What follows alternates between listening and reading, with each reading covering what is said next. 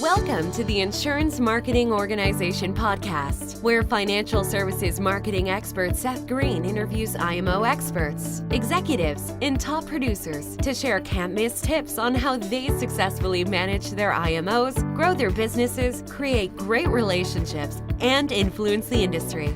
And now, here's your host, Seth Greene. Welcome to the podcast. This is your host, Seth Greene. Today, I have the good fortune to be joined by Mark Wan from the Remii Group. Remii was launched with the goal of providing a worldwide network of like-minded financial innovators. By connecting those innovators, constantly evaluating and improving strategies, the Remii Group is quickly emerging as the expert for wealth accumulation, tax reduction and avoidance, asset protection, and legacy planning. Mark, thanks so much for joining us. Hey, happy to be here, Seth, man. Thanks for having me on. Our pleasure. Let's go back in time a little bit. How did you get started? How did I get started in the financial industry? Let's talk about that, and then we'll talk about how the Remii Group started.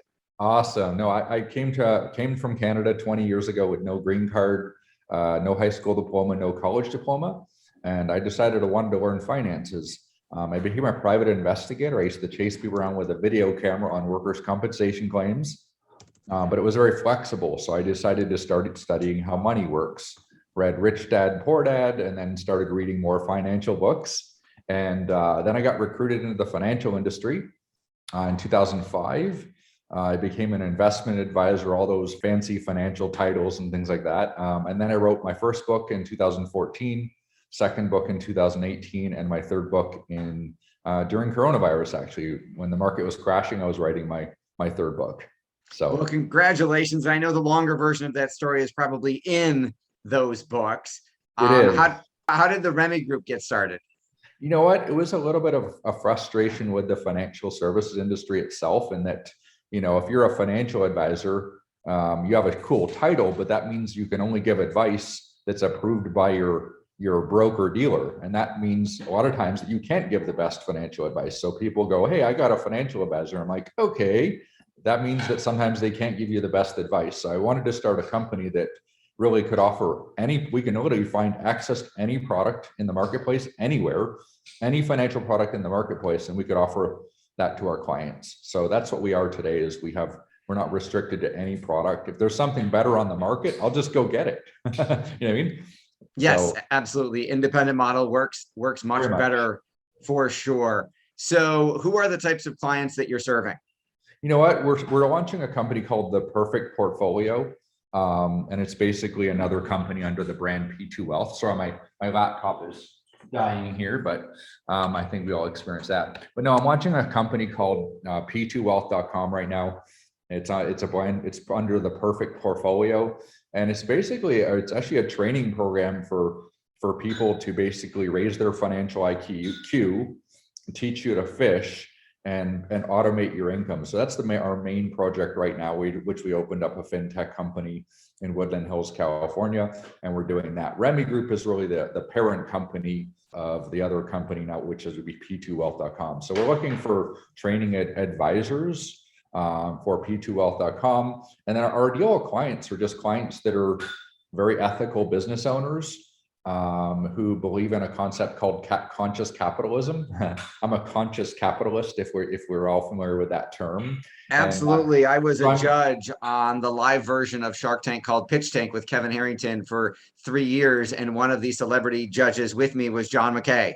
Yes. So I'm a conscious capitalist, and I only do business with people that are conscious capitalists. So if somebody's slightly unethical, I don't help them make money. So I'll go to their competitor who is a conscious capitalist. So we have very high ethical standards on who we do business with. We have ethical standards on who we take on as clients. We have high ethical standards on who we help expand their business, because we'll do business with companies all across the world, in fact. But we're very careful who we do business with, because we have incredibly high ethical standards as a company. Well, good for you. That integrity is applaudable and should be in greater supply. It should be. It's sad that you have to say that, but it's good that you can. Right. So what are some of the biggest mistakes your investment clients are making that you're helping them fix? What are they doing wrong before they come to you? Okay, they're taking advice from a person called a financial advisor. A financial advisor is a term created by Wall Street under a self-regulatory agency. And a financial advisor has all conflicts of interest everywhere. If you're supposed to be a fiduciary or a financial advisor, but your boss is publicly traded, that means they have a fiduciary responsibility to the shareholders. So if a person's a financial advisor, that is by definition fraud, and they 100% can't give you good advice. So it's there for a purpose. It's there to protect people from all the things that, that used to be done that were unethical. But at the same time, I wouldn't buy the products that most financial advisors sell. Okay. I mean, a mutual fund is created in 1930, but we're still selling them. You kidding me? I mean, I wouldn't put my money in those things. So I have a lot of money in the products that I suggest for my clients. And I do a lot of research, and so does my team, on the best products in the industry. We're constantly evolving. I mean, the things we're doing today were impossible 3 years ago. To fully automate your income was impossible, right?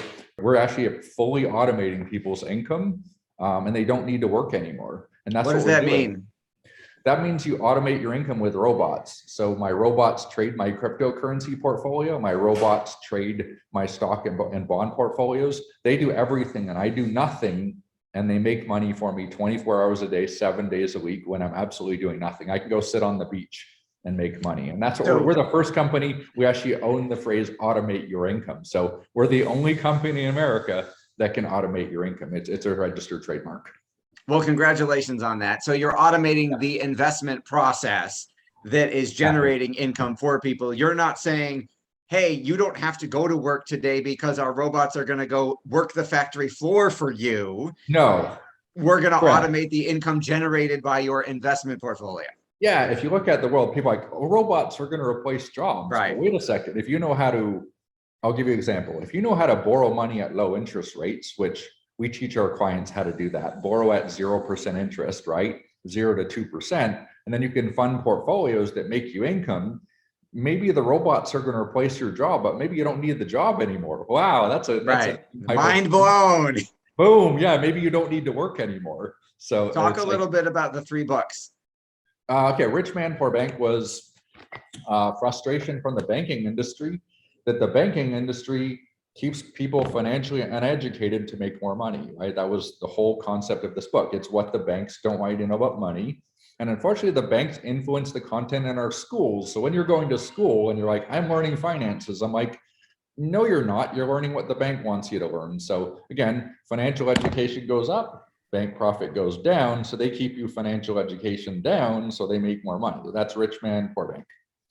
Top 10 ways to avoid taxes. Well, that's a pretty straightforward topic. It's all the basic things that you really should know to reduce taxes. I'm a firm believer in paying less taxes and being more charitable, right?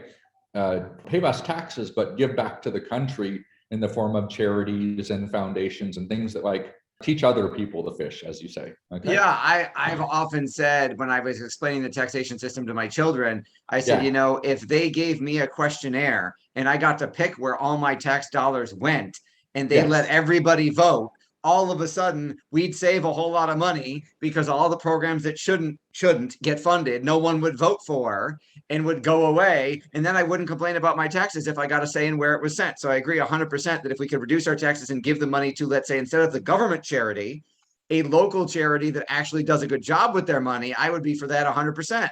Absolutely. I'm a firm believer in that, in, paying less in taxes but being more charitable. Like I said, I'm a Canadian, but I moved to America because I want to give back to the country, right? I don't want to take from the country. I want to serve the country and make it a stronger place, and that sort of thing. And then finally, during coronavirus, the market was crashing. I'm a sophisticated investor. I was triple shorting it on the way down when coronavirus, and then I turned it around and started triple long on the market. So I made a lot of money, and I wrote the final book, which is about investing with no risk, investing with no taxes, and building a tax-free family bank so you can eliminate yourself from the tax system effectively.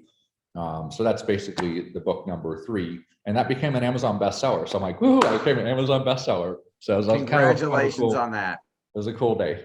Yes, your passion is obvious. What do you like best about what you're doing?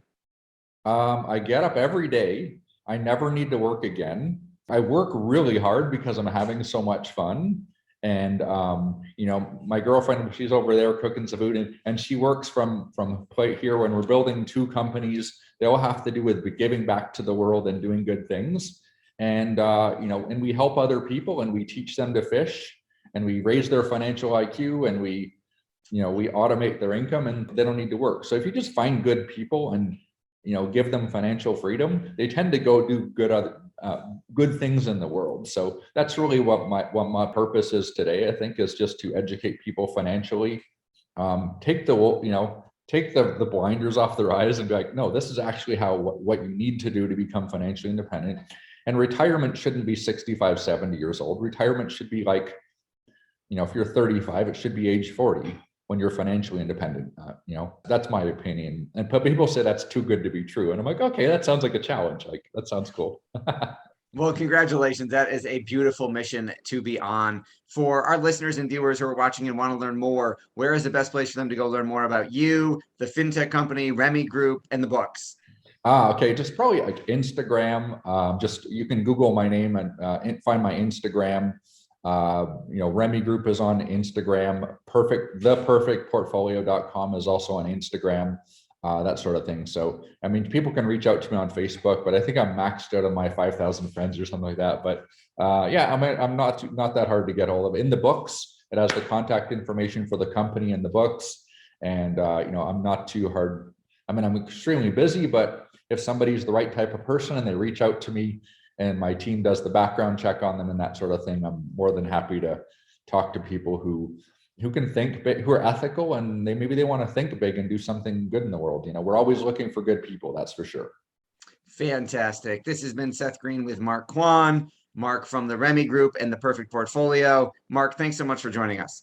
Super fun, man. Glad to be on here today. Thanks everybody for watching or listening. We'll talk to you or see you next time.